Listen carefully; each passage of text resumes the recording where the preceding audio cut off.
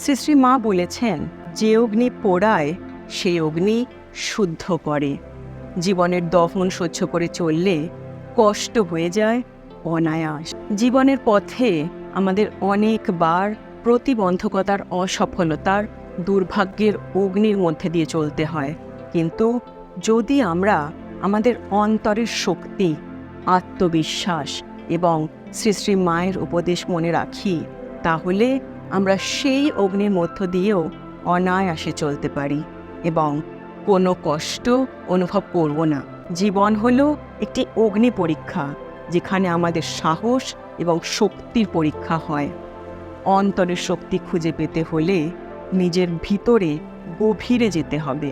আমাদের it's new 01 ফ্যামিলির সকলকে রিকোয়েস্ট করব, প্লিজ বাইরে বেরোলে ছাতা নেবেন, বেশি করে জল খাবেন আর সবাই সুস্থ থাকবেন। সাহসের সাথে দহন মোকাবিলা করো, কারণ প্রতিটি চ্যালেঞ্জ আমাদের আরও উজ্জ্বল করে। অগ্নিপথ হলো শুদ্ধিকরণের পথ, যেখানে আমরা আমাদের সত্যিকারের শক্তি খুঁজে পাই। জীবনের প্রতিটি দহন আমাদের আত্মা পরিশুদ্ধ করে, আমাদের আরও দৃঢ় করে তোলে। যে অগ্নি পোড়ায় না, সে অগ্নি আমাদের পথ দেখায়। অগ্নি স্নানের মধ্য দিয়ে যাওয়া মানে নিজের অস্তিত্বের সাথে মিশে যাওয়া। জীবনের পথে আমরা অনেক বাধা এবং চ্যালেঞ্জের মুখোমুখি হই।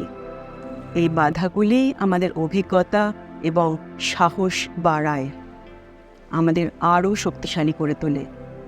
শ্রী রামকৃষ্ণ পরমহংসদেবের বাণী এবং মায়ের উপদেশ আমাদের শেখায় যে তীব্র দহন সহ্য করা সম্ভব এবং এটি করলে কোনো কষ্ট থাকবে না।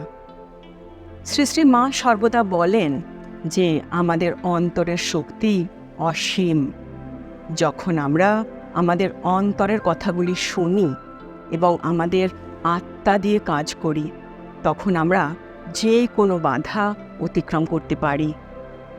শ্রী শ্রী রামকৃষ্ণদেব বলেছেন, আত্মবিশ্বাস হল সেই জ্বালা যা আমাদের অন্ধকার পথ আলোকিত করে।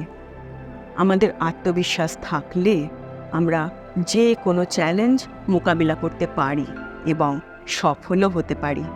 আমাদের এই পরিশ্রম করে ভিডিও করার পারিশ্রমিক হিসেবে আপনাদের ভালোবাসা একান্ত কাম্য। সাবস্ক্রাইব করে আপনাদের ভালোবাসা আমাদের সাথে শেয়ার করে নিন। নমস্কার, ভালো থাকবেন।